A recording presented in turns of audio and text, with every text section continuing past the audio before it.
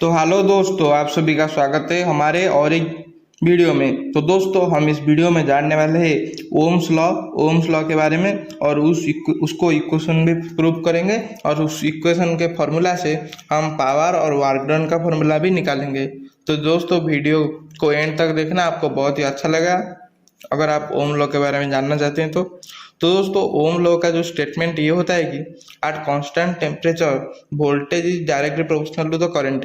यानी कि दोस्तों, यहाँ पर हमें यह बताना चाहता है कि अगर टेम्परेचर कांस्टेंट है तो वोल्टेज जो होता है वो करंट से डायरेक्टली प्रोपोर्शनल करता है। वोल्टेज को सिंबल को हम यहाँ पर ले लेते हैं V और जो करंट है उसका सिंबल को हम ले लेते हैं I से डिनोट कर लेते हैं। तो V हो गया डायरेक्टली प्रोपोर्शनल टू I। तो दोस्तों, आपको पता होगा कि कांस्टेंट को हटाकर अगर हम डायरेक्टली इक्वल टू लगाते हैं तो यहाँ पर एक कांस्टेंट आना चाहिए। तो दोस्तों, V प्रोपोर्शनल टू I, तो उसके बाद हमने प्रोपोर्शनलिटी हटा के इक्वल लगा दिया और एक कांस्टेंट ऐड कर लिया R। आप पूछोगे कि भाई यहाँ पर R क्या है, तो दोस्तों आपको मैं बता देना चाहता हूँ, यहाँ पर R को हम कहते हैं रेजिस्टेंस। तो आप यहाँ पर ग्राफ पे देख सकते हैं कि V और I को डायरेक्टली प्रोपोर्शनल करता है R, वो भी कांस्टेंट टेम्परेचर में। तो दोस्तों, यहाँ पर हमने मैथमेटिकली ओम्स लॉ का फॉर्मूला निकाल दिया, V equal to I R. यहाँ पर V होता है वोल्टेज और I होता है करंट और R होता है रेजिस्टेंस। तो पावर जिसका फॉर्मूला हमें निकालना है, पावर का फॉर्मूला वोल्टेज इंटू करंट होता है। लेकिन हमें पता है क्या, वोल्टेज का फॉर्मूला हमने निकाला दोस्तों पहले, V होता है आई आर। तो यहाँ पर हम पुट कर लेंगे आई आर इंटू करंट यानी कि I। तो हो गया क्या, I स्क्वायर R। जो पावर का यूनिट आपको दोस्तों पता होगा, पावर का यूनिट वाट होता है। तो वैसे ही वर्क डन का फॉर्मूला भी हम निकाल सकते हैं ओम्स लॉ के फॉर्मूला से, ओम्स लॉ के इक्वेशन से। वो वर्क डन का फॉर्मूला क्या होता है, यानी कि पावर इंटू टाइम।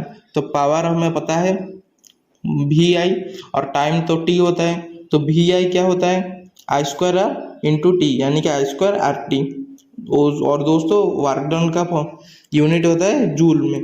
तो दोस्तों, आपने देखा हमने ओम्स लॉ के इक्वेशन से पावर का फॉर्मूला और वर्क डन का बहुत सारा फॉर्मूला आपको दिखा दिया, आप यहाँ पर देख सकते हैं। तो दोस्तों, ओम्स लॉ का यूजिंग क्वेश्चन सॉल्व में भी होता है, तो उससे भी हम कर लेते हैं। हम एक छोटा सा क्वेश्चन लेके उसे सॉल्व कर लेते हैं, जिससे कि आपको थोड़ा सा नॉलेज आ जाए कि ओम्स लॉ का कहाँ पर क्या यूज होता है।